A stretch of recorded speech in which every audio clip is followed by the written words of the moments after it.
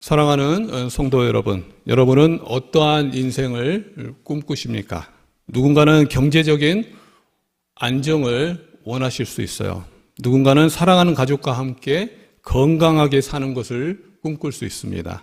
또 누군가는 자신의 이름이 세상에 기억되는 삶, 무언가는 의미 있는 일을 이루는 삶, 그런 삶을 원할 수 있겠죠. 이 꿈이 잘못된 것은 아닙니다. 그러나 우리는 오늘 이 자리에서 조금 더 깊은 질문을 해보고자 합니다. 진정으로 값 있는 삶이란 무엇일까? 세상은 끊임없이 우리에게 속삭이곤 합니다. 더 높이 올라가라. 더 많이 가져라. 더 큰 사람이 되어라. 우리는 어릴 때부터 그 소리를 듣고 자랐고 어느새 그것이 삶의 기준이 되었다는 거죠. 그래서 우리는 늘 무언가를 증명하려고 애씁니다. 그리고 인정받으려고 분투하는 삶을 살아갑니다. 그리고 뒤처질까 봐 두려워하는 마음을 가지고 살아간다는 거죠.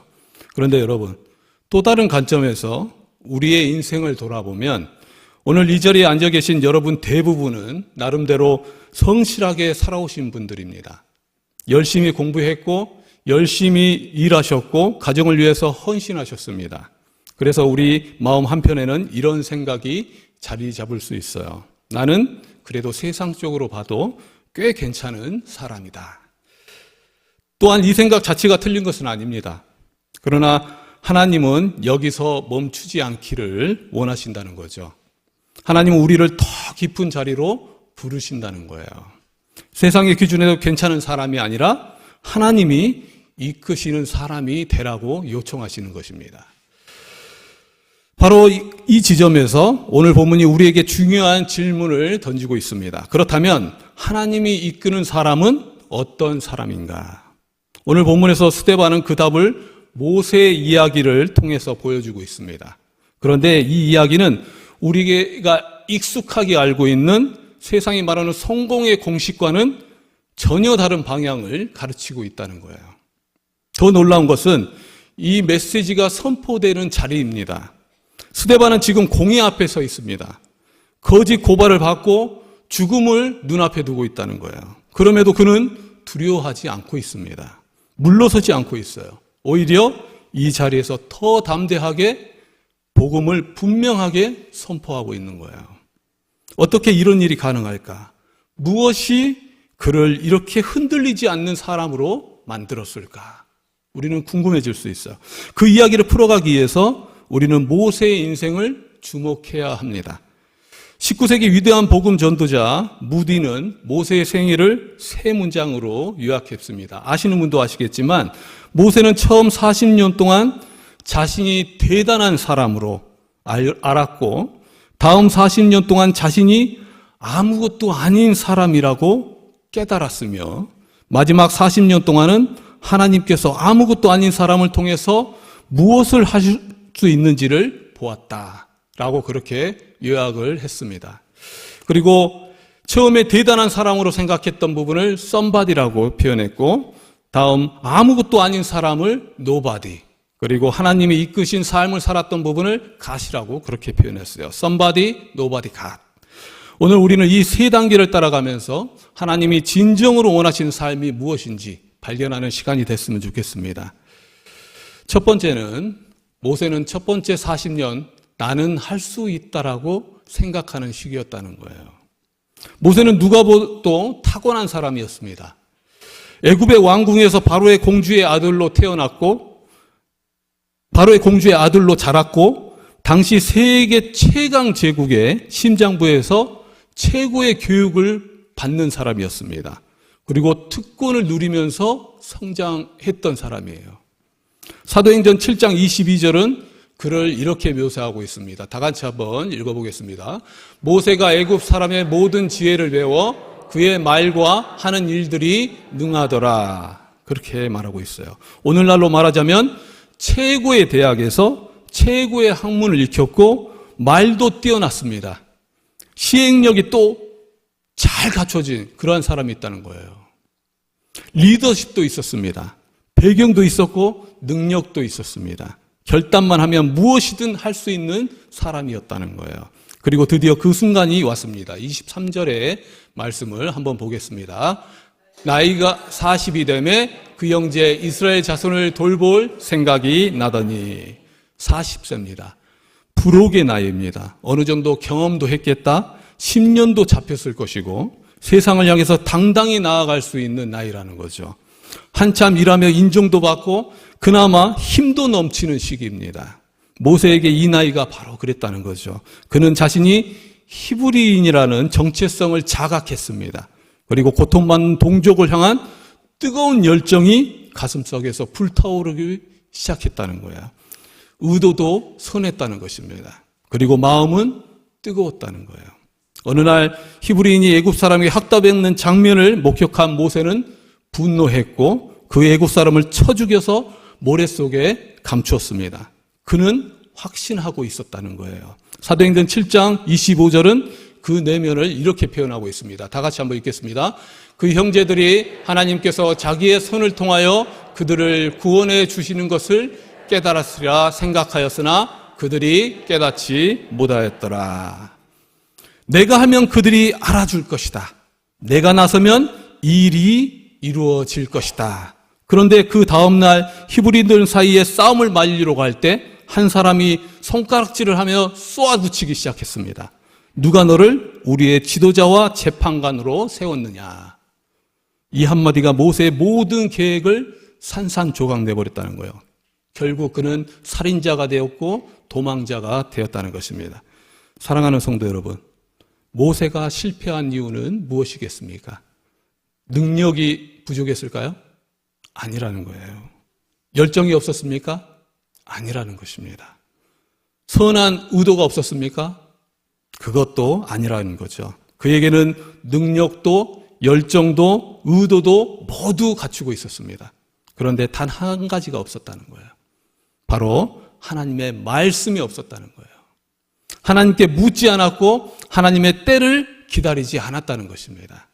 자신의 생각이 옳다고 믿었고 자신의 방법으로 충분하다고 확신하고 있었다는 거예요. 이것이 바로 꽤 괜찮은 사람의 함정이라는 거죠. 썸바디의 함정이라는 거예요. 내 능력이 가장 빛날 때, 내 자신감이 가장 충만할 때 아이러니하게도 우리는 하나님으로부터 가장 멀어져 있는 경우가 많다는 거예요. 왜냐하면 그때 우리는 하나님이 필요하다는 것을 잊어버리기 때문입니다. 기도하지 않아도 될 것 같고 말씀을 구하지 않아도 될 것 같고 내 판단으로 충분하다고 그렇게 생각하기 때문이라는 거예요. 사랑하는 여러분, 솔직하게 우리 자신을 돌아봤으면 좋겠어요. 혹시 지금 이 모세의 모습이 내 모습처럼 느껴지지 않습니까? 내가 이 정도 경험을 했으니까. 나는 의도가 선하니까. 방법은 조금 달라도 괜찮겠지.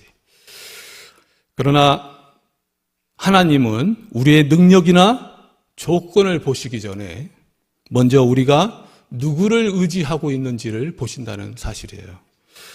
모세는 분명히 가능성 있는 사람이었습니다. 그러나 아직 하나님이 쓰실 수 있는 사람은 아니었다는 거예요.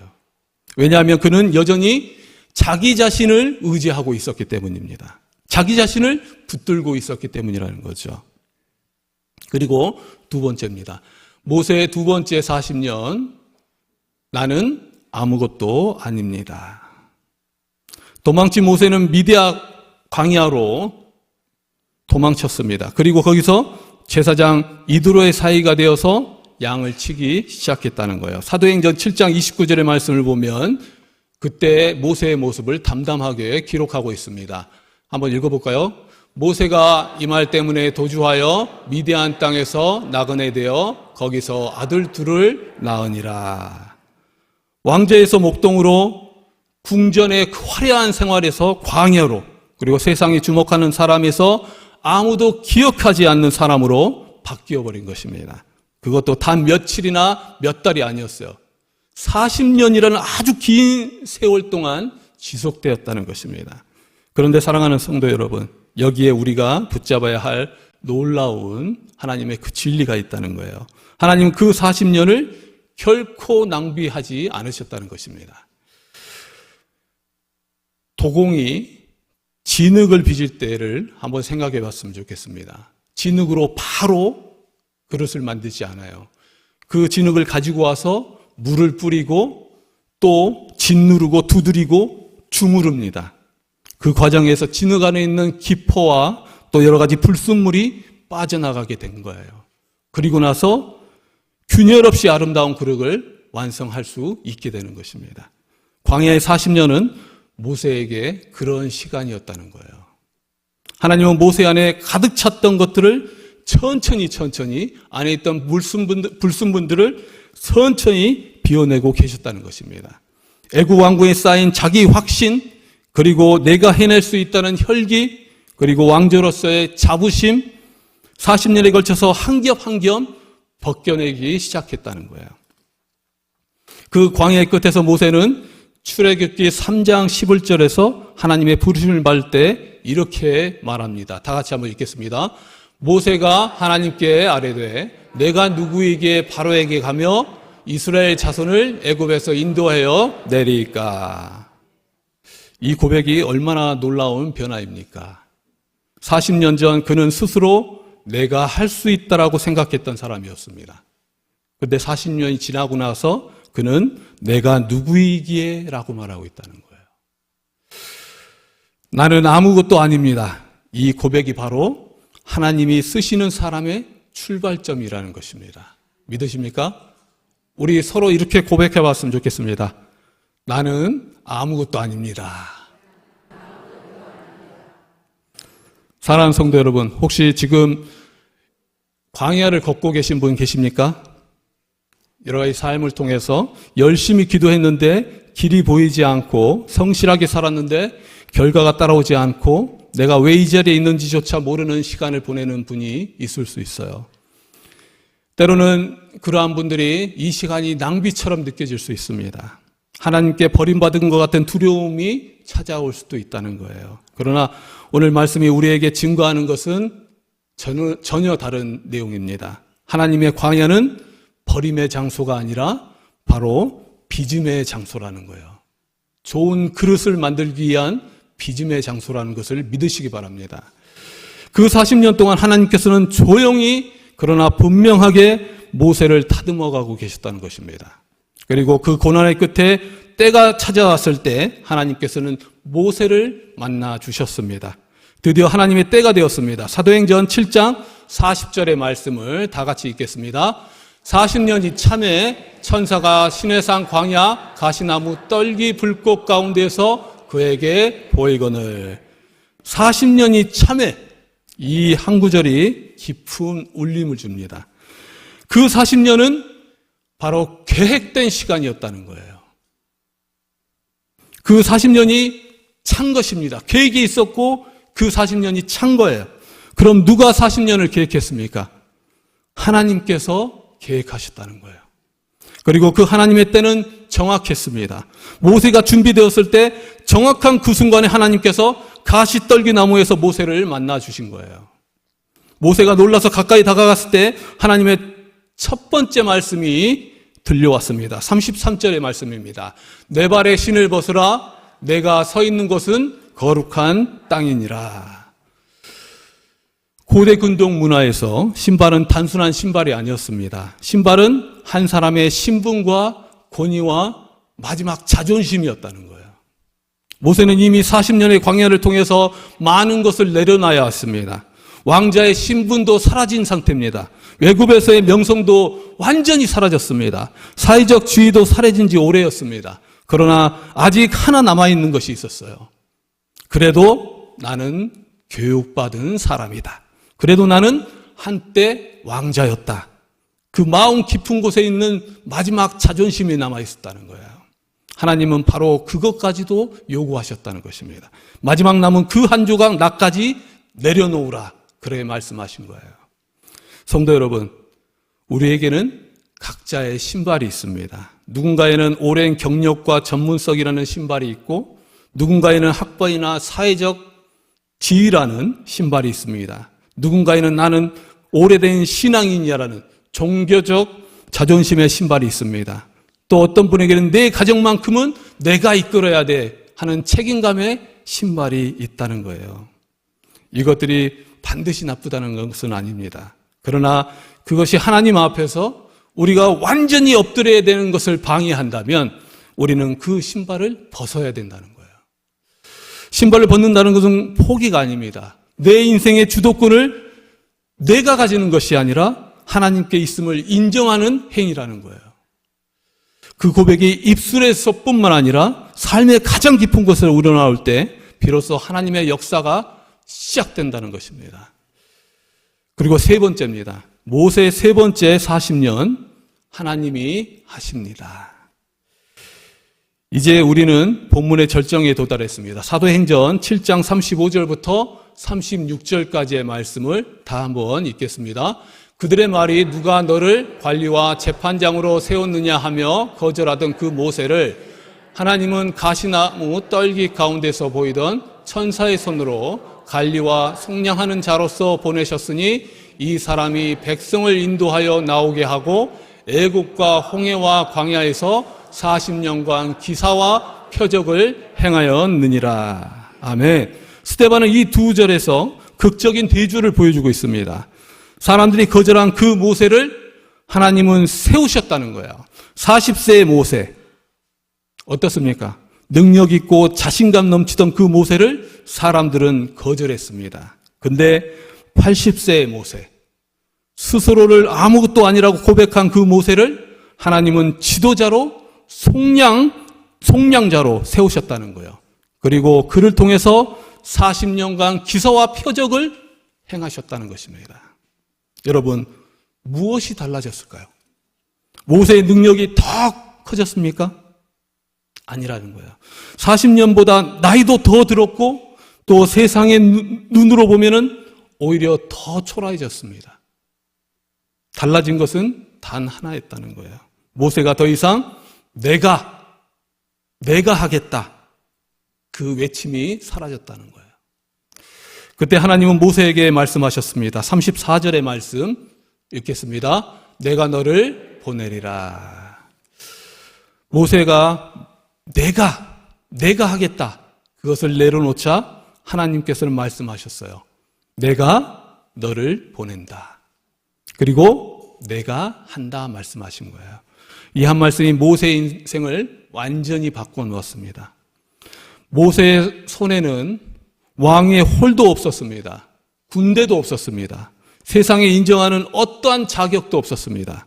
그의 손에 있는 것은 40년 동안 광야에서 양을 치던 그 낡고 거친 지팡이 하나뿐이었다는 거예요.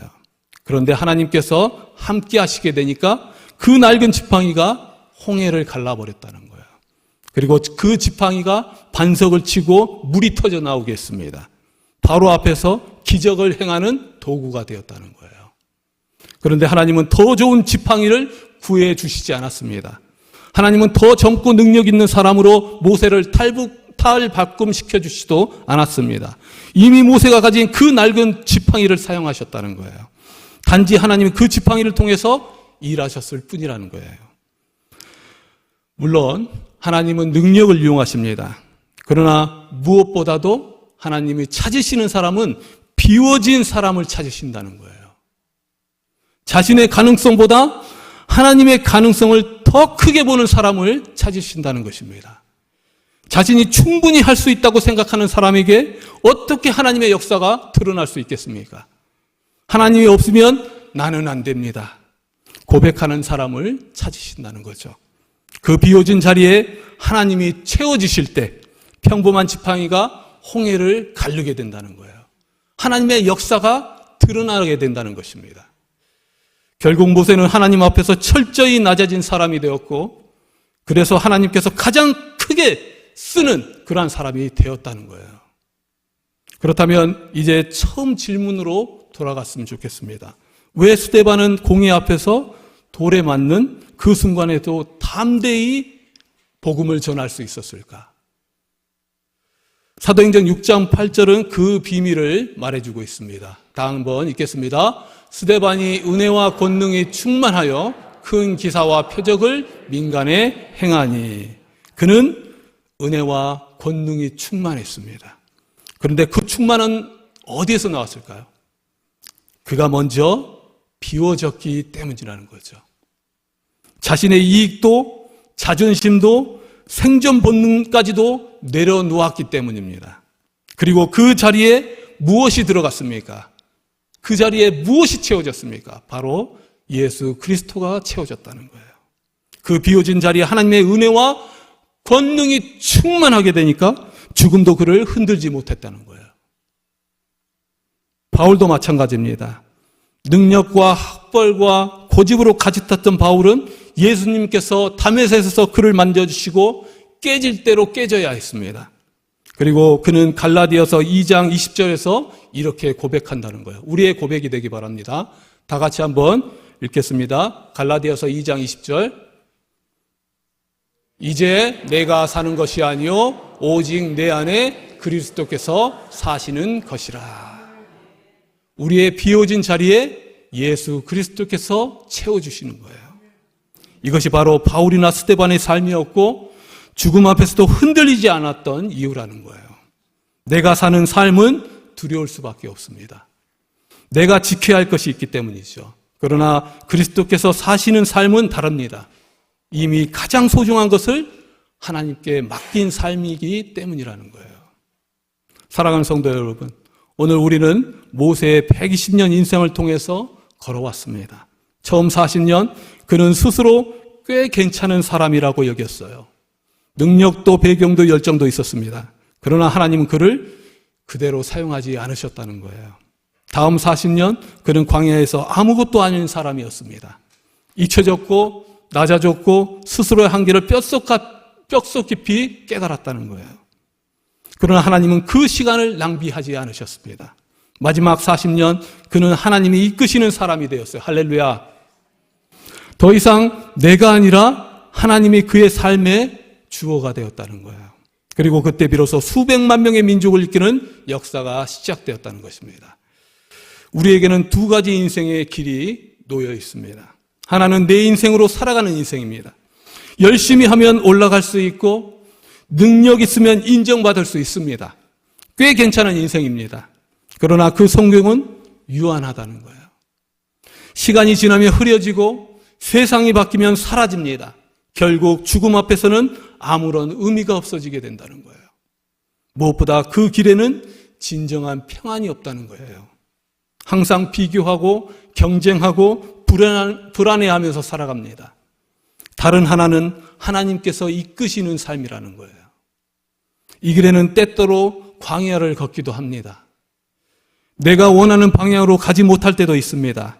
신발을 벗어야 하는 아픔이 있습니다. 그러나 이 길의 끝에 하나님의 역사가 있다는 거예요. 내 힘으로는 결코 이룰 수 없었던 일들이 하나님의 손에 의해서 이루어지는 것을 목격하게 됩니다. 그것을 경험하게 된다는 거예요.